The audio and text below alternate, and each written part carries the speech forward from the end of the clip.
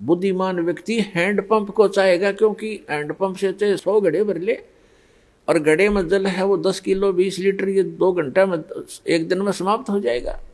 तो यहाँ बताते हैं गुरु गोविंद दोनों खड़े। आप जो समझते हो कि जो सुख ही आप सुख मानते हो, वो सुख कहाँ है? उस गुरु जी के माध्यम से प्राप्त होगा आपको। अब जल तो समझ लो भगवान है और हैंडपंप गुरु जी है। तो परमात्मा आपसे पूछते हैं और आप ही जवाब देते हैं कि गुरु गोविंद दोनों खड़े, एक मटके में जल और एक हैंडपंप, अब काके लागू पाए। आप पे उत्तर देते हैं बलिहारी गुरु आपना जिन गोविंद दिया मिलाए। तो पुण्यात्मा समझदार को संकेत पर्याप्त होता है, बहुत होता है, क्योंकि जो दुख आप पर आ गए और गुरु रूपी हैंडपंप के अंदर वो शक्ति गॉड परमात्मा वाली विद्यमान है जो आपने सुख देगी। तो गुरु जी के पास आइए और उन सुखों को फिर प्राप्त कर लीजिए जो आपके समाप्त हो गए थे। तो यहाँ आने से आपके वो जग, आपके घड़े फिर से भर दिए जाएंगे इस सत साधना और आशीर्वाद के द्वारा।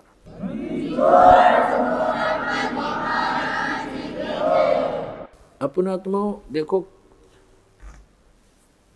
आपको यहाँ आने से कितना पुण्य मिलता है और आप कितने खाली हो चुके हो पुण्यों से। आशीर्वाद दिया जाता है, आशीर्वाद आपको एक एक्स्ट्रा ऐड होती है उस गॉड की, इस दास यानी उसके गुरु रूप में रिप्रेजेंटेटिव के माध्यम से वो आपको एक्स्ट्रा राहत दी जाती है, ताकि आप फिर अपने आप भक्ति साधना करके अपने पैरों पर खड़े हो, खुद साधना करो। ये समझ लो आपको सब्सिडी है गवर्नमेंट की तरफ से। जैसे गवर्नमेंट कई जगह 80% सब्सिडी दे देती है। 1 लाख रुपया लोन ले लिया, काम करो भाई अपना, 80% सब्सिडी यानी माफ़ कर दी, 20% रह गया। और जो नालायक उसने भी नहीं दे सकता, उससे भी नहीं कर तो वो करता नहीं व्यवसाय, वो बकवास कर रहा है।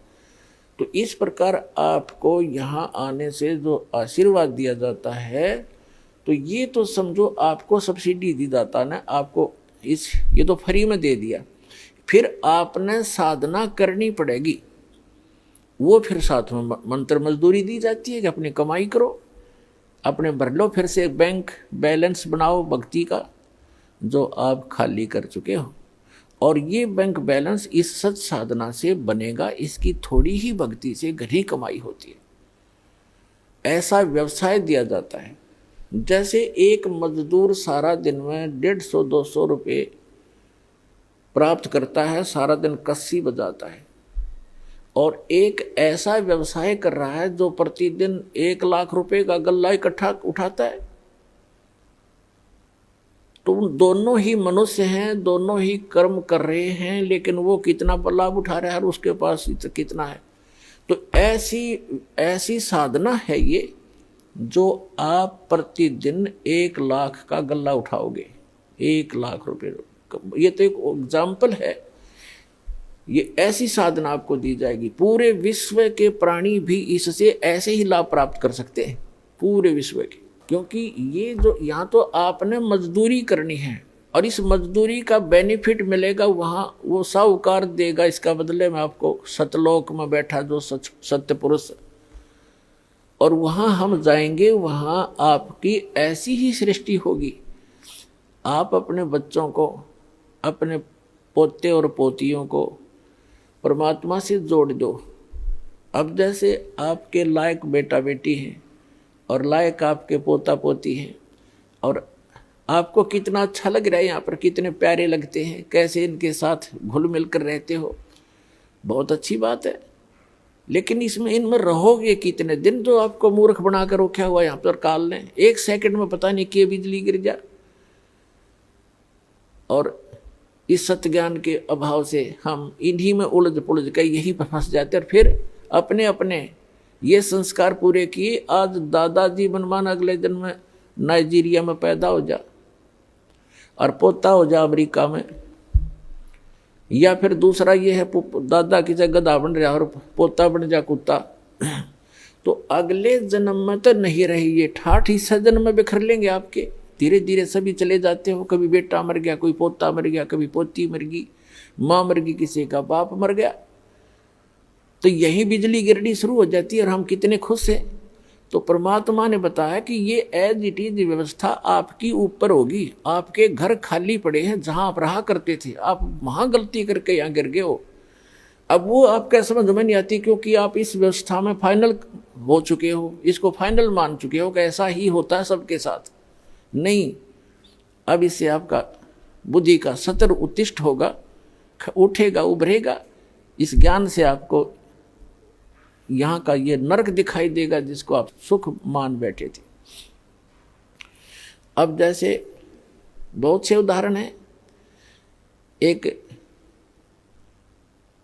ये पोलैंड देश का एक पूरा का पूरा कैबिनेट माने मंत्रिमंडल, यानी जिसमें 95 मंत्री प्रधानमंत्री थे, और सारे के सारे जहाज में बैठ के किसी का शोक व्यक्त करने जाते, किसी की मृत्यु के ऊपर, और उनका वो जहाज दुर्घटनाग्रस्त हो गया।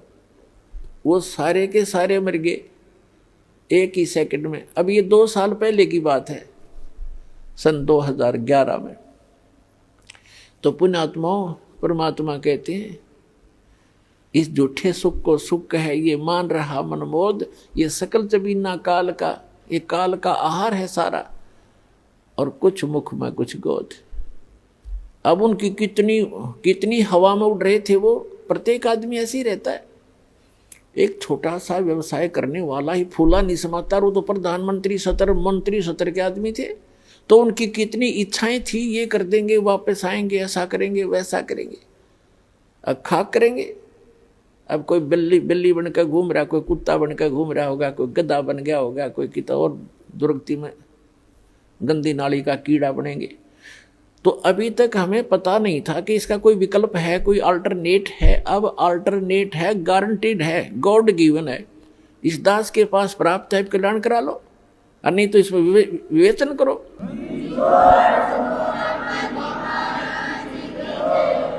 ऐसे ही यहाँ बहुत से उदाहरण आप देखते हो। एक मुख्यमंत्री जी हेलीकॉप्टर में जा रहे थे, आगे लोग उनकी स्वागत में मालाएं लिए खड़े थे,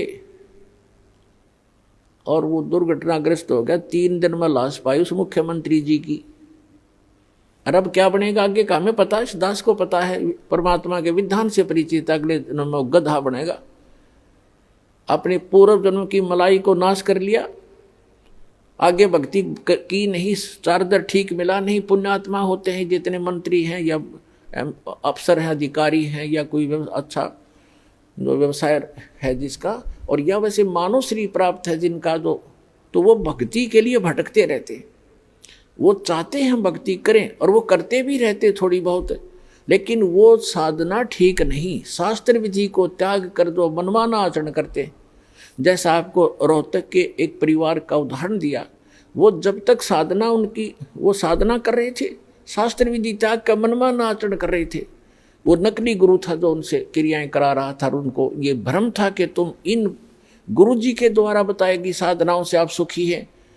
अब इस तत्व ज्ञान की रोशनी में आपको पता चलेगा कि वो उसके पूर्व जन्म के प्रारब्ध थे, वो पूर्व जन्म के संस्कारों से बनी किस्मत में लेख थे। उनको वो मिटा नहीं सके, वो गुरु और उनकी साधनाएं। और ये सतपुरुष कबीर भगवान की साधना इस दास के पास है। इससे कहते हैं संत शरण में आने से आई टले बला, और जय मस्तक में सूली हो, मृत्यु हो, वह कांटे में टल जाए। जय मस्तक में सूली हो तो वह कांटे में टल जाए, यानी थोड़ी बहुत, जैसे किसी की मृत्यु होनी हो और टांग टूट गई दुर्घटना में, सारा न बचाव रह गया, टांग तो टूट जाएगी 6 महीने में, और जीवन कैसे मिले। तो इस परमात्मा की शरण में आने से आपके परिवार की रक्षा होगी। आप यहाँ भी सुख चाहते हो तो यही देगा आपको, ये सुख सागर है।